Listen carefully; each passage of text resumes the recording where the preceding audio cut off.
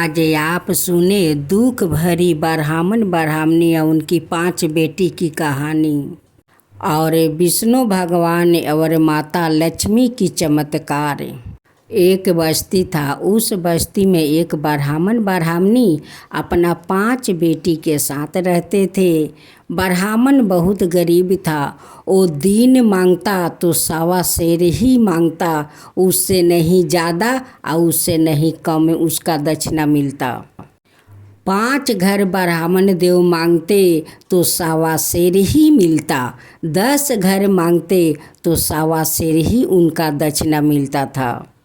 लेकिन उस दक्षिणा से किसी को पेट भर भोजन नहीं होता, किसी को पेट नहीं भरता। ब्राह्मणी हमेशा चिंता करते रहती है कि मैं 5 बेटी को भर पेट भोजन नहीं दे पा रही हूँ, मैं क्या करूँ, कहाँ से लाऊं कि हम सभी को भर पेट भोजन मिल सके।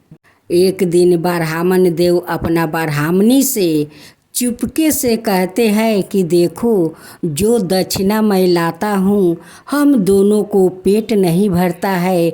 वो सारा दक्षिणा तो बेटी लोग खा जाती है, लेकिन हम लोग तो पानी पीकर रह जाते हैं। कब तक हम लोग पानी पीकर रहेंगे? आज एक काम करो। ब्राह्मण देव कहते हैं कि आज मैं देर से आऊँगा, जब ये 5 बेटी सो जाएगी तब मैं आऊँगा। और तुम आज बनाना भोजन, जो भी मिले वही बनाना। आज हम लोग पेट भर के भोजन करेंगे। उसमें से एक बेटी सुन लेती है और सुन कर जाकर 4 बहन में फैला देती है कि आज पिताजी रात को लौटेंगे। माँ और पिताजी दोनों बनाकर वो खुद भोजन करेंगे, लेकिन हम 5 में किसी को नहीं मिलेगा। ये बात सुनकर 5 बहनें ने कोई चालन लेकर सो गया, तो कोई बेलन लेकर सो जाते हैं, कोई चक्ती लेकर सो जाते हैं, कोई थाला लेकर सो जाते हैं। 5 बहनें 5 सामान लेकर वो सो जाती है। जब ब्राह्मण देव शाम को लौटते हैं तो देखते हैं कि 5 बेटी सो गई है। वो जाकर ब्राह्मणी से कहते हैं कि उठो उठो, चलो आज तो आटा मिला है, आज रोटी बनाओ, हम दोनों आज पेट भर के भोजन करेंगे। कभी हम लोग के पेट नहीं भरता है, हम लोग तो पानी पीकर रह जाते हैं, वही लोग तो सब खा लेती है। जब ब्राह्मणी उठकर थाला खोजती है तो थाला नहीं मिलता है। कहती है कि थाला तो मिल नहीं रहा है। एक बेटी उठती है, कहती है कि माँ थाला मेरे पास है। फिर चालन खोजती है। फिर दूसरा बेटी उठ जाती है, कहती है कि माँ मेरे पास चालन है। फिर चक्ती खोजती है कि चक्ती कहाँ है। फिर तीसरा बेटी उठ जाती है, कहती है कि माँ चक्ती मेरे पास है। फिर बेलन खोजती है, कहती है कि बेलन तो मिल नहीं रहा है। फिर चौथा बेटी उठती है, कहती है कि माँ बेलन मेरे पास है। फिर कहती है कि तावा तो मिल नहीं रहा है। फिर 5वां बेटी कहती है कि माँ तावा मेरे पास है। ऐसे करते करते 5 बेटी उठ जाती है। वो माँ रोटी बनाती है, लेकिन 5 बेटी को तो हो जाता है। फिर ब्राह्मण ब्राह्मणी पानी पीकर रह जाते हैं। जब सुबह हुआ तो ब्राह्मण देव 5 बेटी को बुलाते हैं और 5 से सवाल पूछते हैं। तो साथियों, आप लोग सुने कि ब्राह्मण देव अपना 5 बेटी से क्या पूछते हैं।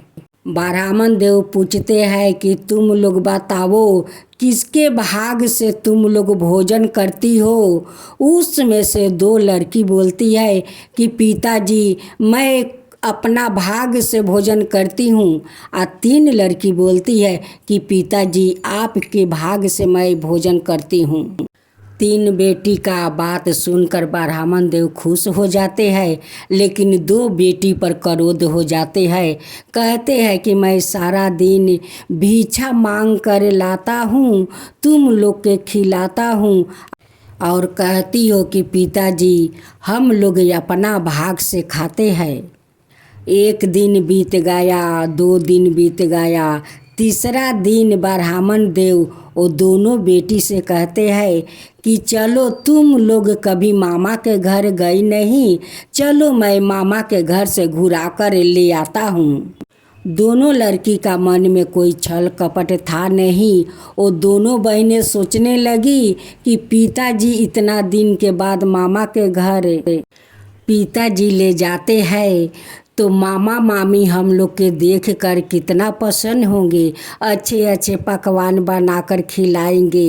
ये बात सोचकर दोनों बहन खुश हो गई और पिता के संगे जाने को तैयार हो गई।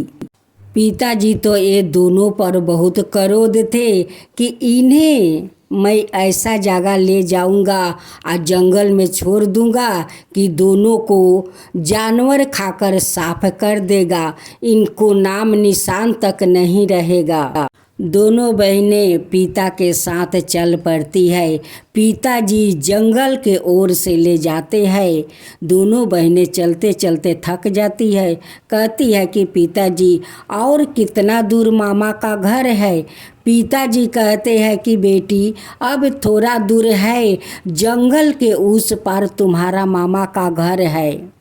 पिताजी कहते हैं कि बेटी एक काम करो, तुम लोग यही वृक्ष के पास बैठो, मैं तुम्हारा मामा को बुलाकर ले आती हूँ। मामा आएंगे तो हम सभी मामा को साथ चलेंगे तो गांव वालों हम लोग के सम्मान करेंगे।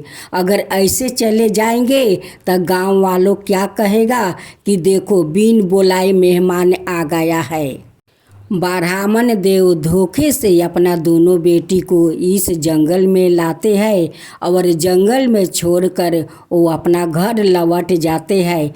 इधर दोनों बहनें बैठे बैठे अपना पिताजी को इंतज़ार कर रही है कि अब पिताजी मामा को लेकर आएंगे तो हम लोग मामा के घर जाएंगे, मामी पर पकवान बनाएगी तो हम लोग को खिलाएगी। पिताजी को इंतज़ार करते करते दोनों बेटी को सुबह से शाम हो गया, अंधकार छा गया, लेकिन पिताजी को कोई पता नहीं है। अब तो उस जंगल में दोनों बहनें डरने लगी कि अब तो हम लोग नहीं बचेंगे, हम लोग के तो जानवर खा जाएगा। पिताजी अभी तक नहीं आए। एक दिन विष्णु भगवान माता लक्ष्मी से कहते हैं कि प्रिय लक्ष्मी, तुम तो मेरा सारा जीवन पैर दबाती रहती हो, लेकिन कहीं बाहर घूमने नहीं जाती हो। चलो आज मैं तुम्हें बरमन करा कर ले आता हूँ। माता लक्ष्मी कहती है कि आपके जैसी इच्छा प्रभु, मैं अभी तैयार हो जाती हूँ। विष्णु भगवान और माता लक्ष्मी उसी जंगल के ओर दोनों भ्रमण करने जा रहे थे। बस चलते चलते माता लक्ष्मी को नज़र पड़ जाता है कि 2 लड़की इस जंगल में क्या कर रही है। अंधकार छा रहा है, ये दोनों लड़की को तो इस जंगल में जानवर खा जाएगा। विष्णु भगवान माता लक्ष्मी वो दोनों लड़की के पास आते हैं और जंगल में बैठने को कारण पूछती है। माता लक्ष्मी पूछती है कि बेटी तुम दोनों इस जंगल में अकेली क्यों बैठी हो, क्यों आई हो इस जंगल में? इस जंगल में तो बहुत सारे जानवर है, तुम लोग को नुकसान पहुंचा सकता है। रोते रोते दोनों लड़की कहती है कि मेरे पिताजी मामा का घर गए हुए हैं, मामा को बोला ने मामा आएंगे तो हम लोग उनके साथ उनके घर जाएंगे। तुम दोनों यहीं पर बैठो, मैं मामा को बुला कर लाता हूँ। हम लोग अभी तक बैठे हैं लेकिन पिताजी अभी तक तो नहीं आए मामा को लेकर। हम लोग तो मामा का घर भी नहीं देखा है कि हम लोग वहाँ जा सकती हूँ। विष्णु भगवान कहते हैं कि लक्ष्मी, ये दोनों बच्ची बहुत दुखियारी है, इनकी दुख भरी कहानी है।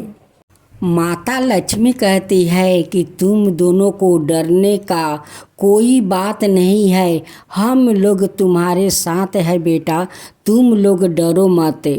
विष्णु भगवान माँ लक्ष्मी से कहते हैं कि प्रिय लक्ष्मी, जानती हो इस जंगल में 2 बानर रहता है। वो बानर कोई मामूली बानर नहीं है। वो दोनों बानर के बारे में कुछ आपको कहानी सुनाता हूँ। वो दोनों बानर राजा का दोनों पुत्रा है। वो दोनों पुत्रा एक दिन इस जंगल में आए थे। एक ऋषि मुनि, उनकी बाल सफ़ेद हो गया था, उनकी दाढ़ी सफ़ेद हो गया था। इसी जंगल से वो गुजर कर जा रहे थे। ये दोनों राजकुमार उन्हें मजाक उड़ाया, कहने लगा कि देखो सफ़ेद बांदर आ रहा है, वो सफ़ेद बांदर आ रहा है। अब तो ऋषि मुनि गुस्सा हो गए और वो दोनों को श्राप दे दिया कि ये तुम्हारा जो राजमहल है वो जंगल बन जाएगा और तुम दोनों ये बानर बनकर इसी जंगल में रहना होगा। तब से आज तक ये दोनों राजकुमार बानर के रूप में इसी जंगल में रहते हैं और जंगल के नीचे महल है। माँ लक्ष्मी कहती है विष्णु भगवान से कि अब हम दोनों को इस जंगल को चमत्कार करना है, इसे नगरी बनाना है। माँ लक्ष्मी उस धरती के नीचे जो महल था वो महल को ऊपर ले आती है। उनकी महल में हीरा मोती बहुत बरसा देती है। अब तो वहाँ नगर बस जाता है, सारे नगरवासी को महल बना देती है। दोनों बानर आते हैं। विष्णु भगवान कहते हैं कि बेटी, ये बानर को देखती हो, ये बानर राजकुमार है। इनकी ऋषि मुनि के श्राप के कारण ये दोनों बानर है। ये देखो, ये धरती के नीचे ये महल था, ये महल ऊपर आ गया है। अब तुम लोग चिंता मत करो, इसी राजकुमार के साथ तुम लोग शादी करके यहाँ राज करो। दोनों बानर अपना रूप में आ जाते हैं। दोनों राजकुमार जैसा पोशाक पहन लेते हैं और राजकुमारी के साथ दोनों विवाह कर लेते हैं। कुछ दिन के बाद ब्राह्मण को याद आया कि मैं छोड़कर दोनों लड़की को उस जंगल में आया था, जाकर देखता हूँ कि वो दोनों को हड्डी गुड्डी मिलता है या नहीं। जब ब्राह्मण देव कुछ बरस के बाद आते हैं, देखते हैं कि वहाँ पर तो एक भी जंगल नहीं है, यहाँ पर तो महल है। ये महल कहाँ से आ गया? मैं यही पर तो अपना दोनों लड़की को छोड़कर गया था।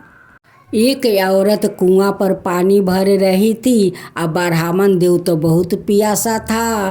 वो तो अपना लड़की को हड्डी देखने आया था कि उसका हड्डी बचा है या नहीं। दोनों राजकुमारी अपना महल से निकलती है तो देखती है कि ये तो मेरा पिताजी है, यहाँ पर इतना बरस के बाद आए हैं। लेकिन दोनों राजकुमारी को तो अपना पिता पर जरा सा भी गुस्सा नहीं आया। कहने लगी कि मेरे पिताजी आए हैं।